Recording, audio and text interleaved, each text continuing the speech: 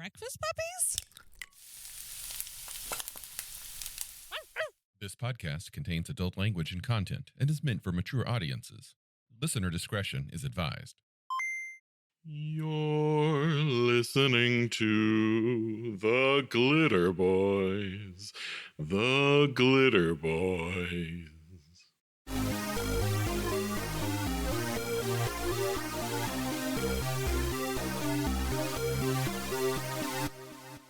I've been informed that role-playing games are supposed to be fun. What? I know it's crazy.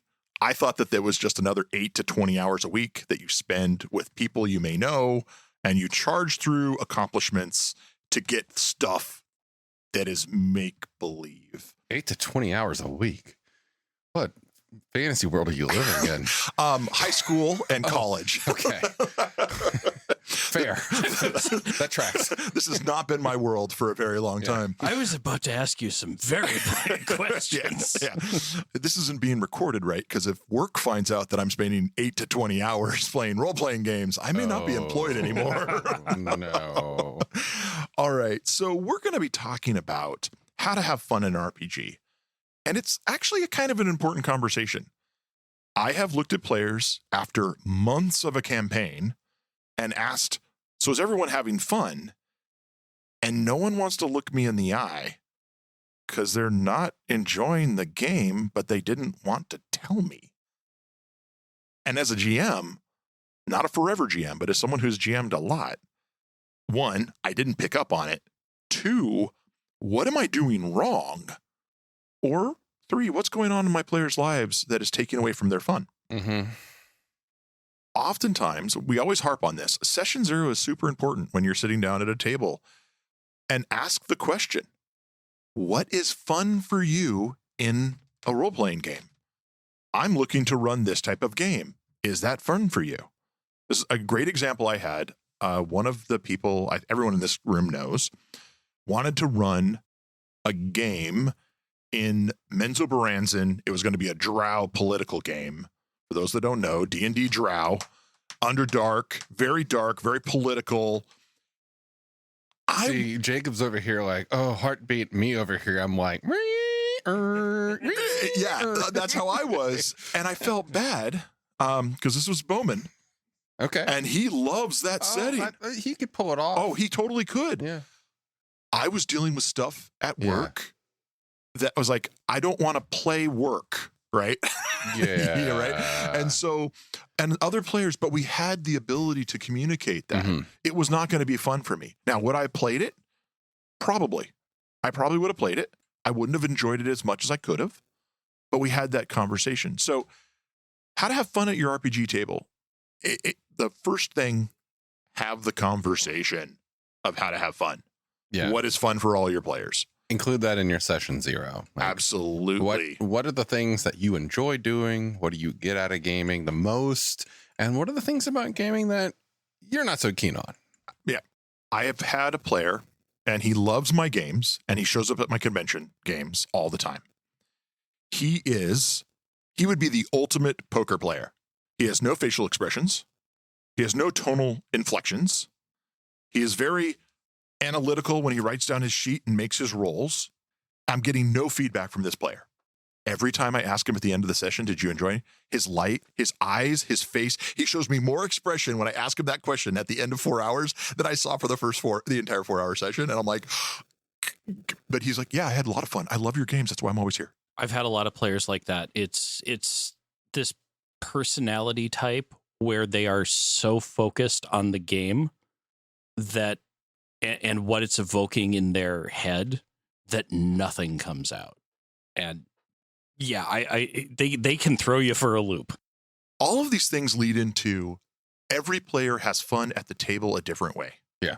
I am a builder when I play a lot of characters. I will sacrifice skills like boxing and not take them, knowing that I can take another mechanical skill or a different skill, which will allow me to do things in 3 or 4 levels that I really want to do because I want to create. I want to build something in that game when I'm playing a character that I really like.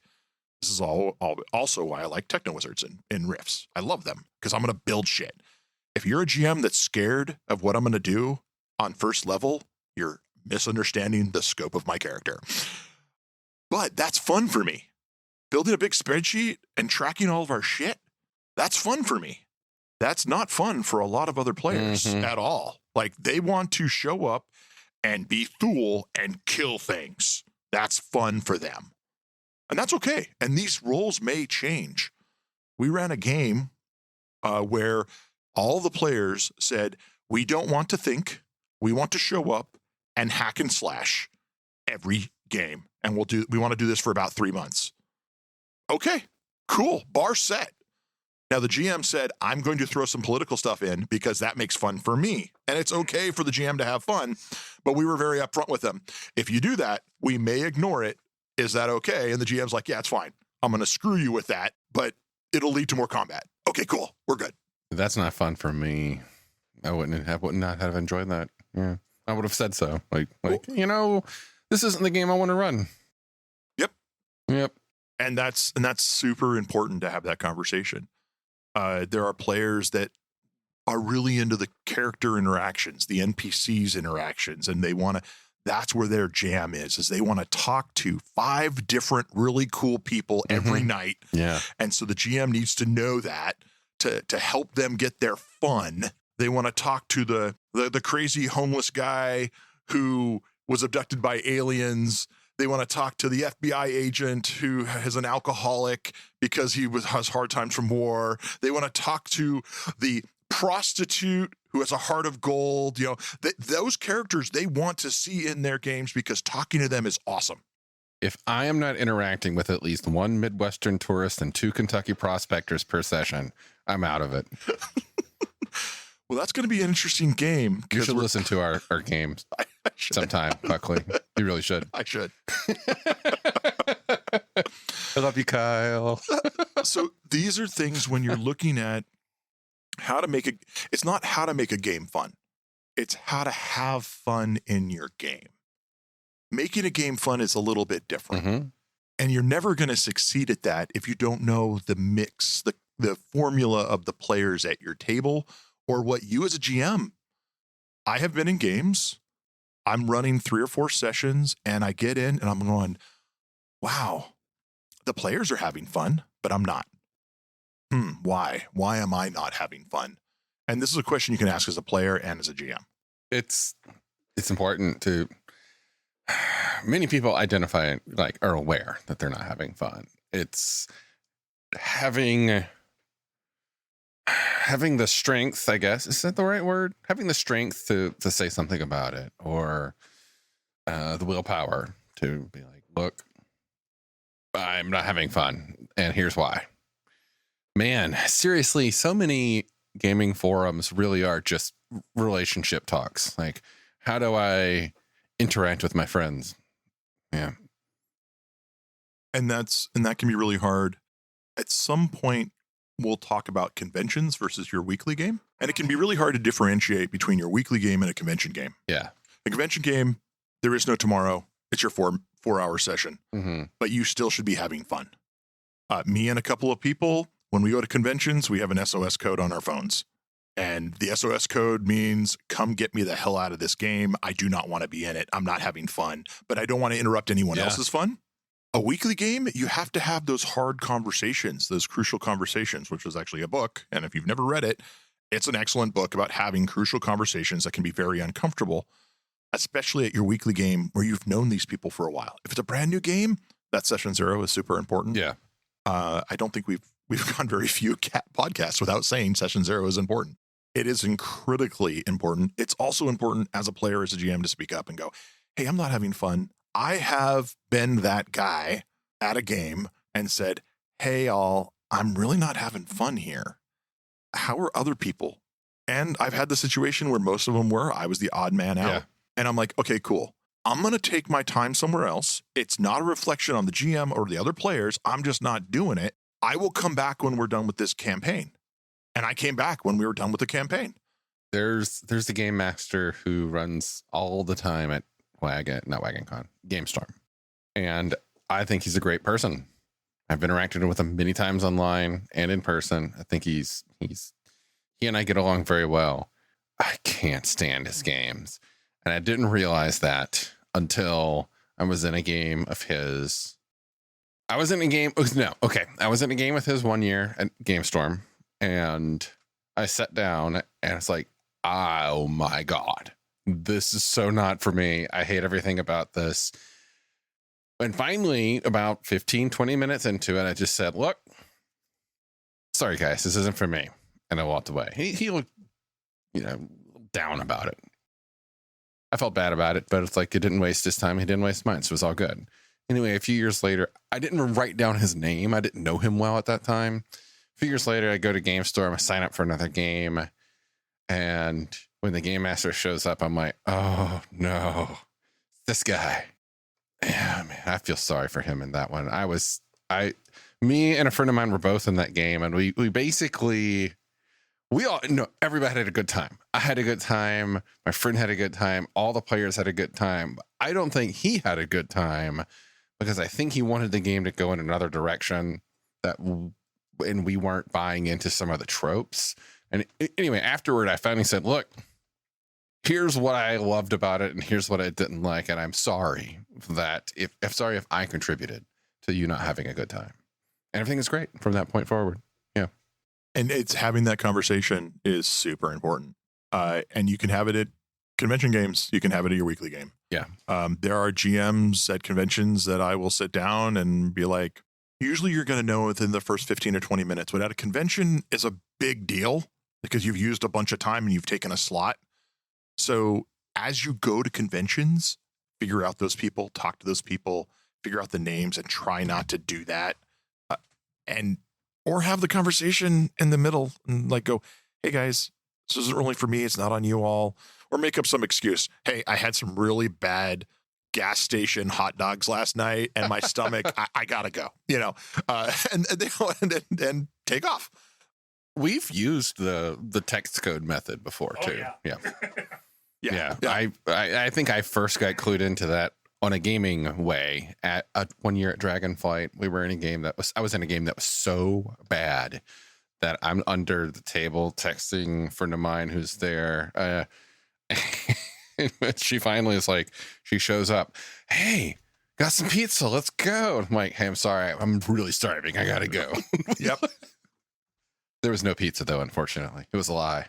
The pizza was a lie. But it got me out of the game, so I'm fine. Absolutely. Phantom Pizza, thank you.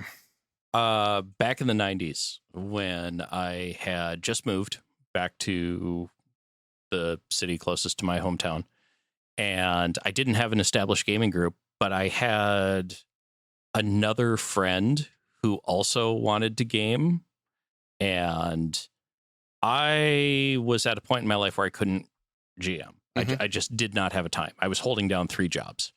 We were looking for GMs to run for us. And because both of us had moved, I had moved back, he had moved too, we were having to basically audition gaming groups and GMs.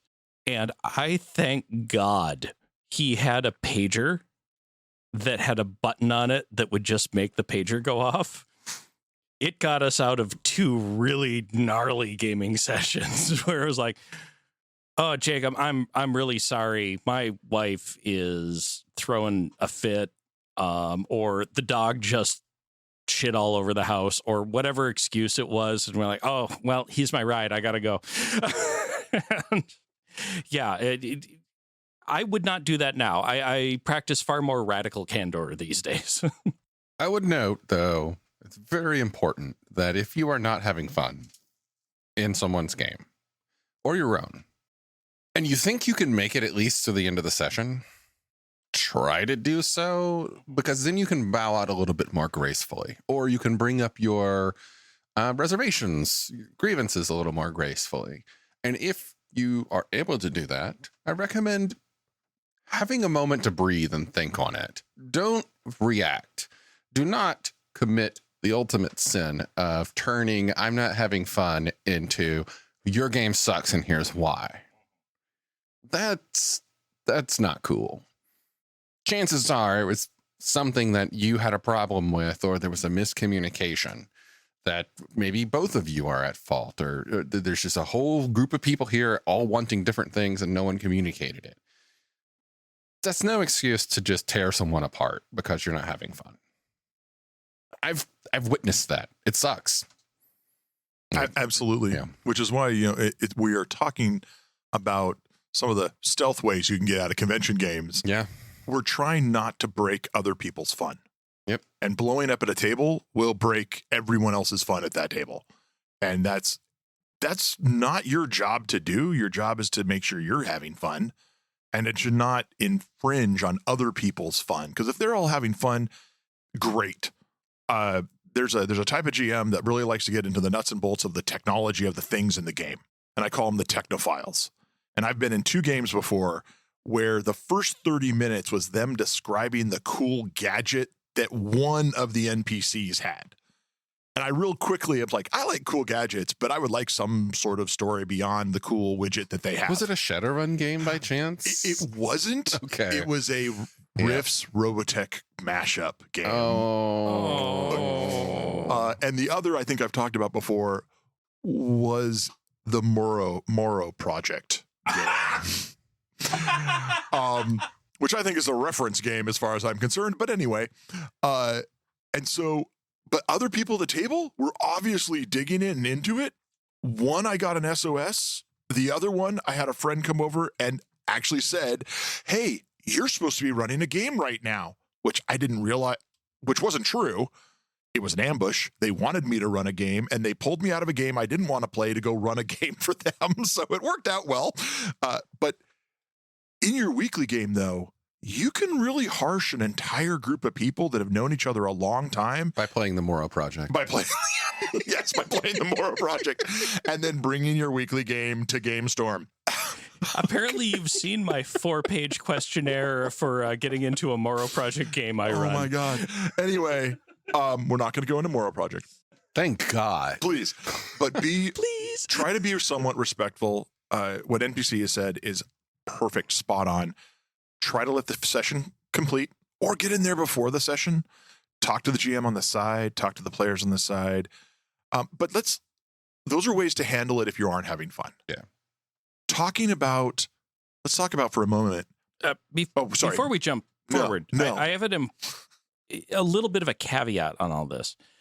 Whether or not your group that you're playing with had a session 0, if you're in session 1 and things aren't working for you, unless it's something pretty egregious for you, I recommend toughing it out and then having either at the end of the session, between sessions, or at the start of the session, a conversation about it rather than just doing a blowout. Because session 1s are oftentimes both the GM and the players feeling out the basics of how things are going to flow. And if you can get through session 1 and then have that meaningful conversation, it's a time for fine-tuning and retooling. It happens naturally after a session 1 anyways, so embrace it. Session 1's very important. Most people talk about session 0. Session 0, session 0. You see those 2 words together so much. We mention it so much here.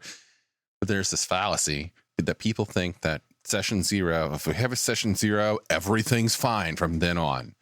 Problem is, session 1 is going to test everything that you talked about in session 0 and you probably even forgot about. Session 1 is just as important as session 0, and oftentimes things that you discussed in session 0 will change based on how things happened in session 1. So do not discount it. Don't forget it. Like, at the number of tables you and I have shared, how many times have we seen people radically change their character concepts after session 1? Yeah. It's just what they saw in their head and what they feel they can put out doesn't quite match most of the time. I've done that many times myself. Mm-hmm. And so you can look at these and kind of pair them together and go, session 0 is your setup. It's your beta, is what you think. Session 1 is the first time all those conditions hit the road. And actually, does this work? Do we really want this? Oh, I thought playing the crazy was going to be really fun, and I was going to be the mainline kind of fighty guy, and I was going to have these delusions, and then I play it, And I'm like, I can't do this. Right. And so figuring out how you're going to have fun in that game and conveying that to the other players is super important. And it doesn't have to happen in session 0 and session 1. It could happen 4 or 5 sessions later. It's reestablishing with your players. These are people you are choosing to spend 4 hours a week or more or less, somewhere in there, or 4 hours every couple of weeks, or however much time you have. Your time is valuable, and you're there to unwind from the reality of the world, right? Regardless of how the world is going, you're there to have fun. And if you're not having fun, address that. Talk to the people about what's going on and ask other people. Some GMs are really good at touching bases multiple times in session. Some GMs are really good about touching bases every couple of sessions. I know a lot of times players will just kind of give the nod, everything's fine. Don't do that, please. Tell the other players, tell the other GMs or what's going on. I have some of the best sessions I've ever had in a 4-hour session, because I like to use that as a standard. We had 2 hours of gameplay and 2 hours of impromptu support group because of whatever was going on in the player's life. Did I have fun? Actually, yeah, because I knew all the players were there for me, and it was a great experience. And we got some really cool gaming in, and we all were able to have those conversations about it. I've also seen the player that gives you nothing, or the player that only is there for certain things, and that's all they really care about. And that's fine too, as long as they're not pulling away from the fun of the other players. I think it's also important to consider the fun of everybody else around you, and that don't be the only person having fun. Don't put your fun above everyone else's. This is hard for people who don't think that way, because, gamers often still, it's a hobby of people who aren't necessarily the most socially adept. Less so now that gaming's become a lot more popular and, mainstream, but still, chances are a lot of people at your table, especially if you're playing at a convention, are not necessarily going to be the most outgoing and socially capable of people, which means they're also not going to be the most self-aware. So it's hard to tell someone to do this, but I'm going to try, and that is read the room. Try and keep your finger on the pulse of what's going on around you. Remind yourself to mentally check in, like to stop and breathe and look around you. See if everybody is smiling or if they're frowning. Take a look at the people in your vicinity sharing the space with you, and just try and read them, because that can tell you a whole lot about whether or not they're having fun, and also whether or not your fun is impinging upon theirs. Yeah, and that's super important. It's a skill that you can learn and develop. And one of the ways you can find out if you're having fun, are you thinking about that game next week? Are you thinking about, I'm looking forward to Monday or Friday or whenever you have your game, and that's in your head? That is you somehow telling yourself you want to go do that more. Yeah. And if you're not thinking about it, then maybe you need to change something to make it so you are thinking about it. Are you enjoying the moment, or are you just waiting for your chance to talk? Right. Or waiting for your chance to kill something and throw dice, right? It can be a very reflective period. And as Jacob mentioned, reflect after the game and go, I have gone multiple campaigns before, or multiple sessions in a campaign, and it wasn't until I stopped just going through the motions that I realized, wow, I've been playing this particular game for 8 weeks. I don't care about my character or what's going on. Is this me or the game? And it's been both. And how do I fix that? Yeah. And do I need to fix it by removing myself, or do I need to fix it by bringing it up with the players and talking to them?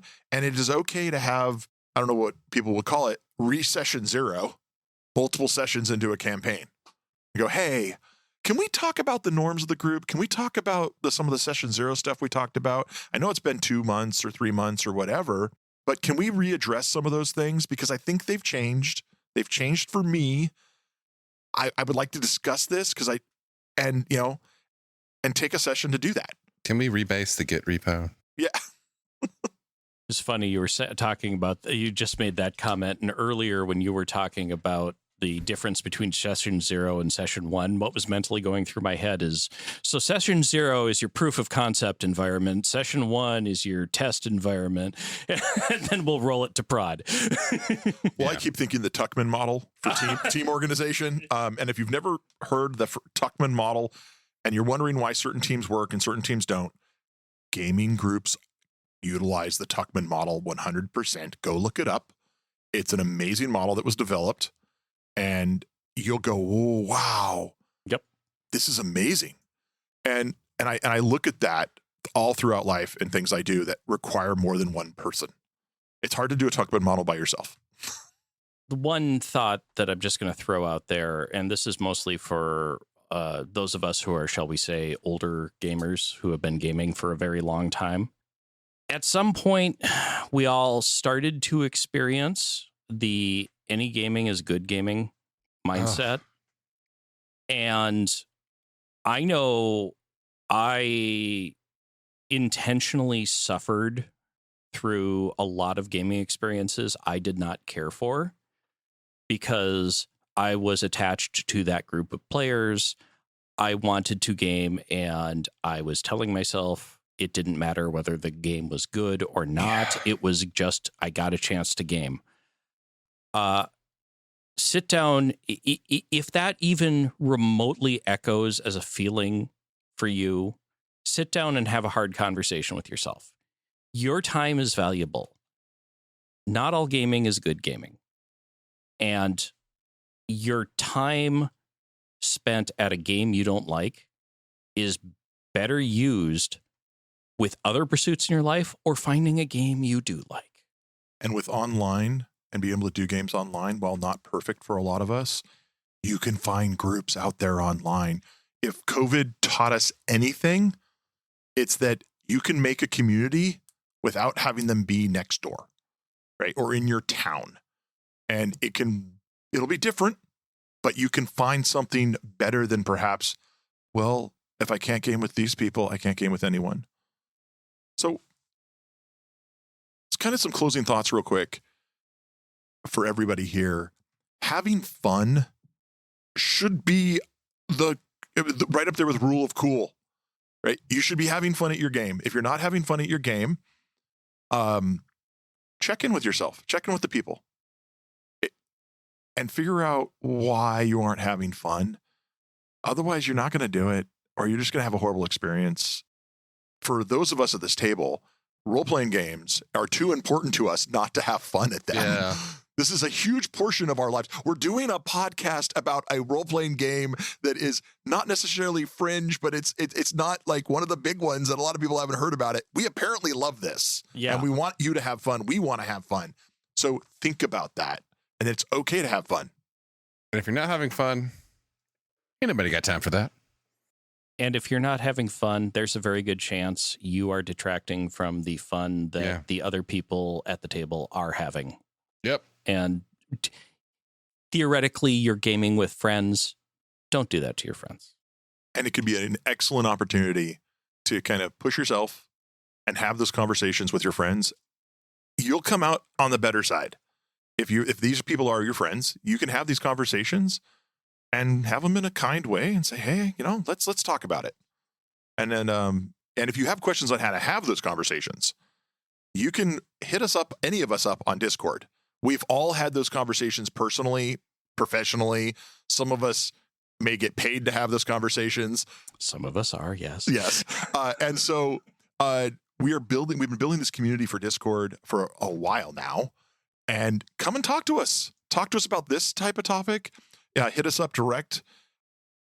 Talk to the people on the Discord channel. A lot of them have similar stories. And it'll help you, help us, and it'll kind of build our community. Yeah. We look forward to seeing you there. We look forward to seeing you on Discord. Please check out our Patreon. Go check out our coffee. Thank you. God damn it. It's so easy to say. I know. Our coffee. Check out our stuff on Redbubble. Yep. 'Tis the season where it's getting chilly. And I personally am planning on picking up one of our fleece throws shortly. Because he's sitting across from one. Yeah, and I've experienced, like, I'm going to be real, folks.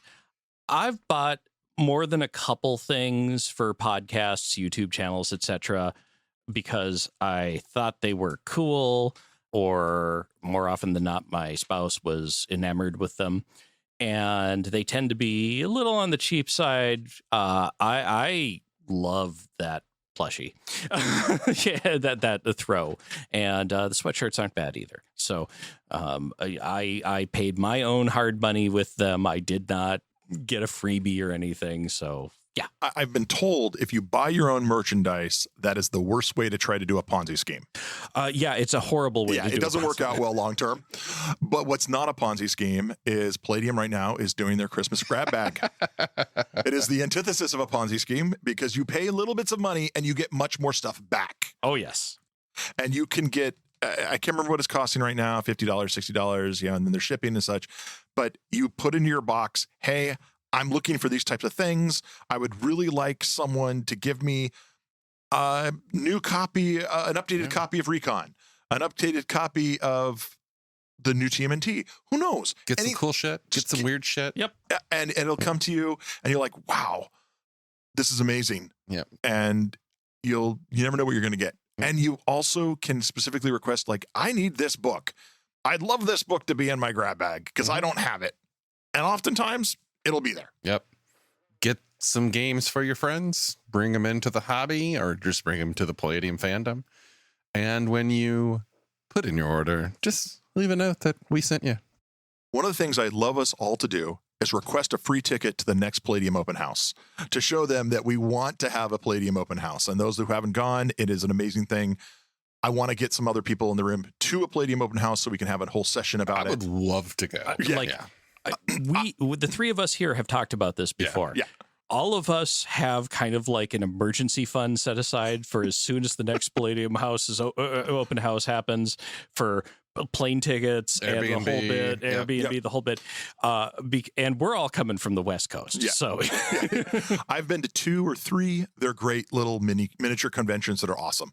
So check out the Palladium books, buy their stuff, keep us supported, keep them supported so we can keep making content. Mm-hmm. We don't get anything from them, so it's not supporting us directly, but support Palladium. We all love their games and such. And check out the Christmas grab bag. Yeah. And if you want to buy their books digitally, follow the link in our show notes, because then you can pay them. And if you follow the link, it's an affiliate link at Drive-Thru. They kick us a few cents back. It's pretty nice.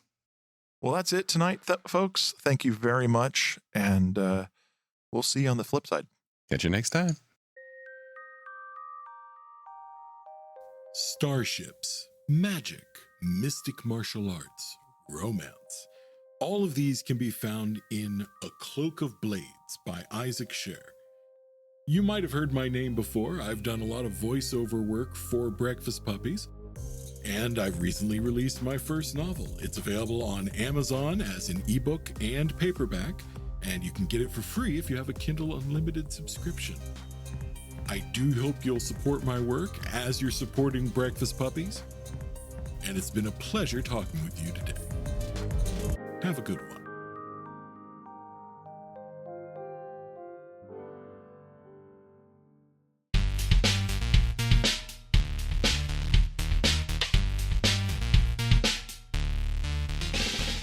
You've been listening to The Glitterbois, a Palladium Books fan podcast. Glitterbois, Rifts, the Megaverse, and all other such topics are the property of Kevin Siembieda and Palladium Books. Please buy all their stuff and help keep them in print and making more games. You can order directly at palladiumbooks.com, and their entire catalog is available digitally at Drive-Thru RPG as well. Our opening music is 8-Bit Bass and Lead by Furby Guy from freesound.org. This closing music is Caravana by Philip Gross, available at freemusicarchive.org. all sound effects used are self-made or acquired via Creative Commons Zero license. If you like what you have heard, find us on Twitter and Facebook as The Glitterbois. That's BOIS. And check us out online at breakfastpuppies.com/glitterboys. And also join us on the Breakfast Puppies Network Discord at breakfastpuppies.com/discord. And if you want to help us out, please spread the word and help us build a community. Thanks again for listening. We'll catch you next time.